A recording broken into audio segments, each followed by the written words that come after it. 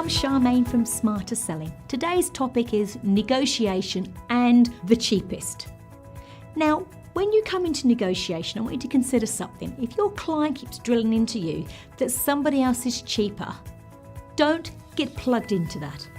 Take a few steps back mentally and ask yourself, first of all, have you asked the client about their business? Have you asked better questions than any of your competitive sets? You've understood more intimately your client than anybody else.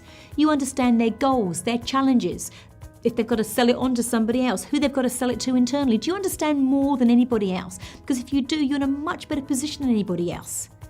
Then have you listened to what they're actually saying? Their body language, what they're saying, what they're not saying.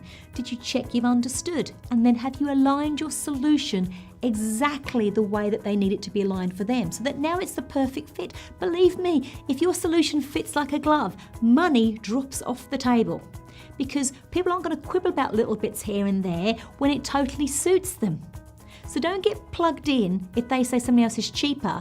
They could be throwing a curveball, or quite simply, you're going in with a price-led thing and not thinking about if you're aligned or not. So my top tip for you today, make sure you don't plug into that price conversation. Your eyeballs need to be off the price and on what the client's getting. How do you know what they're getting? Let's go back a few steps. Make sure you ask intelligent questions, you're listening and observing, and you've aligned perfectly to what that client wants. Keep bringing them back to what they're getting for that money. Don't keep looking at the money yourself. If you want to learn more tips about negotiation, lots of tactics, we've got lots of tips, just subscribe below. I'm Charmaine from Smarter Selling. Until next time.